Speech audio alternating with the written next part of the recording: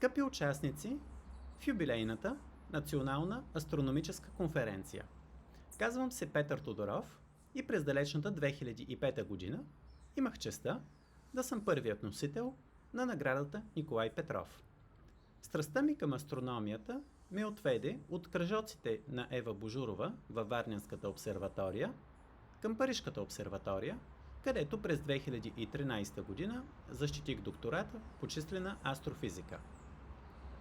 След това продължих кариерата си в индустрията в областта на изкуствения интелект и днес съм директор по наука за данните в Кеплер.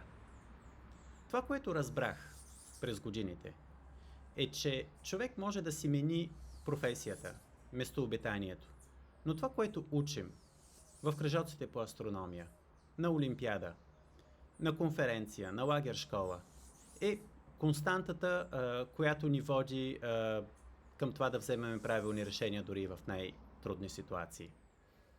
Успех и дерзайте!